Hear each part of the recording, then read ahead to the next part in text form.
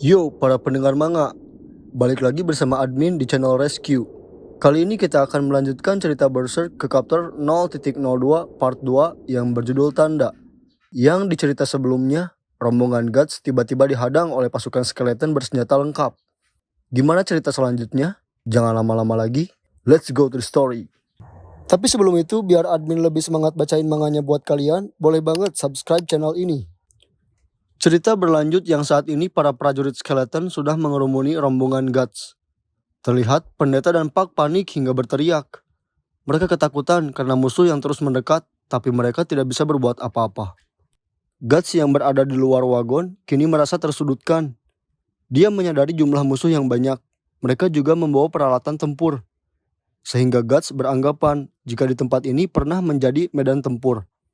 Dengan kata lain, tubuh-tubuh dari para prajurit perang yang tumbang dahulu terkubur di tempat ini, yang sekarang menjadi wadah dari roh jahat. Di sini Guts juga terlihat khawatir dengan tubuh Colette yang tergeletak bersimbah darah. Kini tubuhnya sudah berada di jangkauan musuh, tapi dia tidak bisa melakukan hal banyak. Pada akhirnya, musuh-musuh mulai menyergap Guts satu persatu. Terlihat dua skeleton yang membawa pedang dan tombak menyerang Guts. Guts menyerang balik mereka menggunakan pisau. Pisau itu dilempar Guts hingga merusak tengkorak dari keduanya. Akan tetapi, usahanya itu sia-sia, karena hanya menghancurkan tengkoraknya, tak cukup untuk menumbangkan mereka. Pak yang melihat kejadian itu mengajak Guts untuk pergi dari tempat ini. Guts menjawab perkataan Pak, jika dia ingin lari, maka larilah sendiri. Pak menegaskan kembali, jika ini sia-sia, mereka terlalu banyak, kamu bisa terbunuh. Tapi Guts yang sudah sering berada di tengah bahaya, dia menjawab perkataan Pak dengan berkata, begitulah biasanya. Mendengarnya, Pak diam keheranan dengan mental dan daya juang dari Guts yang begitu berapi-api. Selanjutnya, gelombang serangan kedua dari pasukan skeleton pun tiba. Guts segera memegang gagang pedangnya untuk dihunuskan. Dia lalu mengayunkan pedangnya dengan sekuat tenaga ke arah datangnya para pasukan skeleton. Dan kini bukan hanya tengkoraknya saja yang rusak, bahkan kerangka itu hancur berantakan berkeping-keping. Dengan satu ayunan pedangnya, Guts bahkan mampu menghancurkan 4 prajurit skeleton sekaligus. Di page selanjutnya, juga diperlihatkan betapa gagahnya Guts melakukan perlawanan kepada para prajurit skeleton itu. Dia tidak gentar dengan keadaan saat ini. Seakan dia berkata, aku sendirian sudah cukup untuk menghancurkan para prajurit skeleton ini. Pak yang terkejut hanya mampu tercengang tanpa suara melihat apa yang sudah Guts lakukan. Ekspresinya menggambarkan sesuatu yang hebat telah terjadi di depan matanya. Di ayunan pertamanya, membuat Guts harus menghela nafas sejenak. Tapi justru Guts terlihat bersemangat dan marah seolah dia harus memusnahkan mereka. Melihat kini dia berada di jangkauan musuh-musuhnya, dia segera memasang sikap siaga untuk kembali menyerang. Prajurit skeleton terlihat siap untuk menyergap bersamaan ke arah Guts. Namun Guts dengan keterampilan berpedangnya segera menghancurkan mereka. Karena banyaknya musuh yang berdatangan, Guts hanya fokus mengayunkan pedangnya secara brutal untuk mengalahkan mereka. Dia terus melawan tanpa lelah. Meskipun dia tahu musuhnya adalah pasukan berkoloni, tapi dengan adanya adegan ini menegaskan jika perkataan Guts benar adanya. Dia pernah berkata, manusia yang terbilang lemah justru akan menjadi sangat kuat jika dia menghadapi keadaan antara hidup dan mati. Di panel selanjutnya, diperlihatkan Pak yang bersembunyi di dalam wagon. Dia hanya melihat Guts yang beraksi sendirian dari kejauhan. Tampak dia mengeluarkan kata-kata kagum kepada Guts. Pak berkomentar jika Guts tidak akan peduli apapun. Yang dia anggap musuh pasti dihabisinya. Tiba-tiba saja, pendeta yang berada di dalam wagon berteriak kencang hingga mengejutkan Pak. Pak bertanya apa yang terjadi. Tapi sialnya, dia dikejutkan dengan suatu kejadian yang tak terduga. Dia lalu berteriak ketakutan dan segera memanggil Guts. Guts menoleh ke arah Pak, lalu menyuruhnya untuk diam, hingga dia menyadari sesuatu yang mengerikan di sana. Dengan mata yang menjulang ke atas dan lidah menjulur keluar, diperlihatkan kepala pendeta dengan tragis dipenggal oleh seseorang. Ternyata, yang melakukan hal mengerikan kepada pendeta itu adalah putrinya sendiri, Colette, yang kini tubuhnya dirasuki oleh roh jahat. Dia tersenyum menyeringai ke arah Guts, seolah dia berhasil memojokkan Guts. Guts tampak tercengang karena tak menyangka akan hal itu. Pak juga terbang menjauh menjaga jarak dari Colette. Setelahnya, Colette melempar kepala pendeta ke lantai. Sambil membawa sebuah pedang, dia segera keluar dari wagon untuk mendekati Guts. Roh jahat yang memasuki tubuh Colette terlihat marah. Dia memfokuskan pandangannya ke arah Guts. Guts yang menyadari Colette mendekat ke arahnya, hanya dia membisu. Sesaat, pandangannya teralihkan oleh pikirannya, yang mengingat jika Colette adalah gadis muda lugu yang baik dan mempunyai senyuman yang manis. Di sisi lain, keberadaan Colette semakin mendekat. Guts yang masih terkejut dengan kejadian itu, membuat dirinya berhenti bergerak karena terjebak dalam pikirannya sendiri. Melihat Guts tak berkutik, Puck terus meneriaki Guts agar kembali sadar. Hingga pada akhirnya, Colette berhasil mendekati Guts dan menembaknya di bagian perut. Guts kini sadar karena luka yang dia terima. Terlihat perutnya kini mengeluarkan darah. Puck juga tidak menyangka jika hal ini akan terjadi.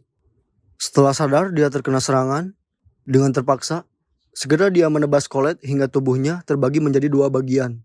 Terlihat darahnya terciprat dari tubuhnya, hingga mengenai bagian pipi Guts. Para pasukan skeleton terlihat mengamuk sekarang. Puck yang melihat akhir dari hidup Colette yang mengerikan merasa simpati lalu menangisinya. Guts mengeluarkan ekspresi seakan tidak percaya dia telah membuat tubuh wanita yang tidak berdosa hancur oleh tangannya sendiri. Sambil melihat darah Colette yang terciprat di pipinya, dia diam terkejut tanpa suara. Sepertinya dia menyesali apa yang telah dia buat kepada Colette. Di sisi lain, salah satu dari pasukan skeleton menyerang Guts secara tiba-tiba. Guts yang menyadarinya tentu mencoba mempertahankan diri dengan melibasnya dengan pedang. Tapi tiba-tiba dia merasa mual. Terlihat dia muntah hingga membuatnya bertekuk lutut. Puck yang berada di dekatnya mencoba terus menyemangati Guts untuk tetap bertahan.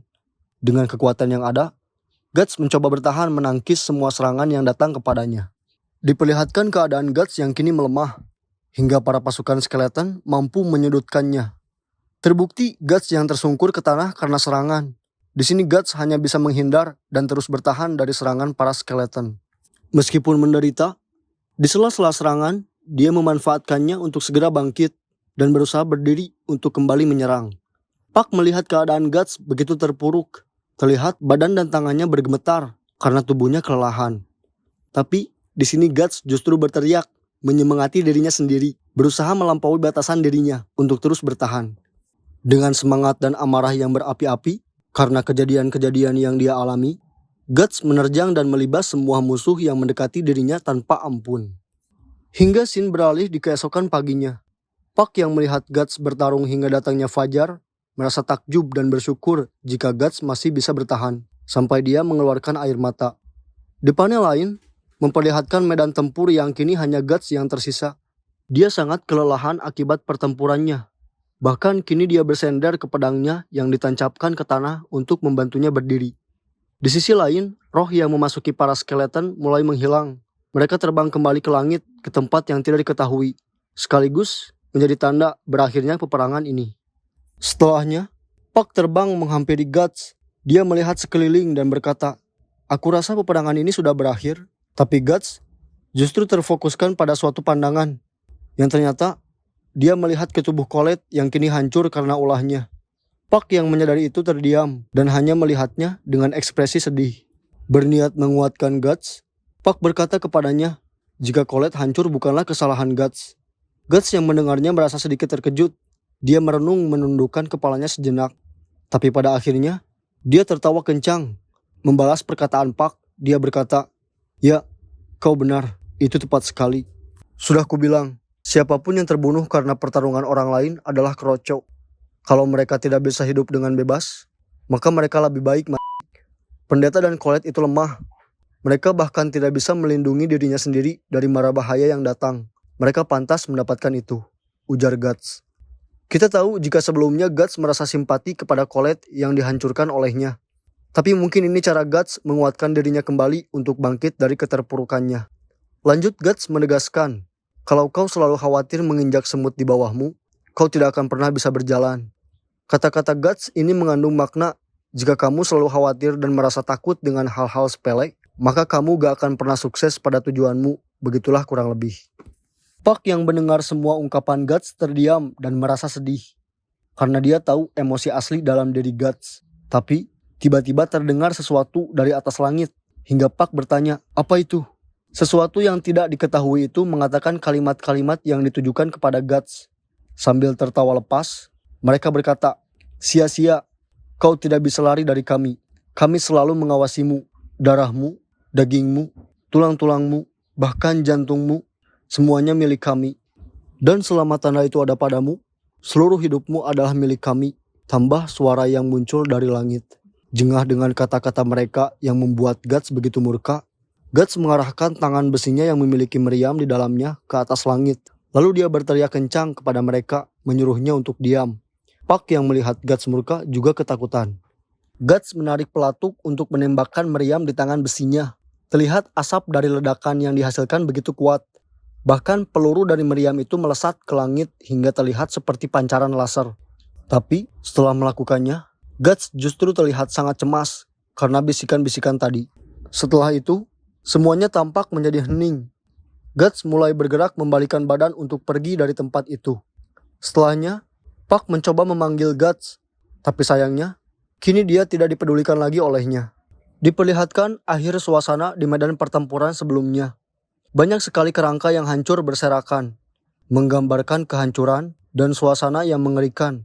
Puck juga berkomentar tentang suasana ini. Dia terlihat merenung, lalu berkata, jika inilah dunia di mana Guts tinggal. Puck tidak merasa takut oleh hal itu. Terlihat dia menunjukkan ekspresi optimis. Mungkin dia ingin membantu Guts di perjalanan selanjutnya. Puck segera membalikkan badannya dan terbang ke arah Guts untuk menemaninya kembali berkelana. So itu dia guys, akhir dari chapter 0.02. Makasih yang udah ngikutin ceritanya dari awal. Gimana menurut kalian ceritanya? Tulis tanggapanmu di kolom komentar. Jika ada kritik dan saran, boleh juga ditulis di sana. Sekali lagi terima kasih banyak. See you in the next video.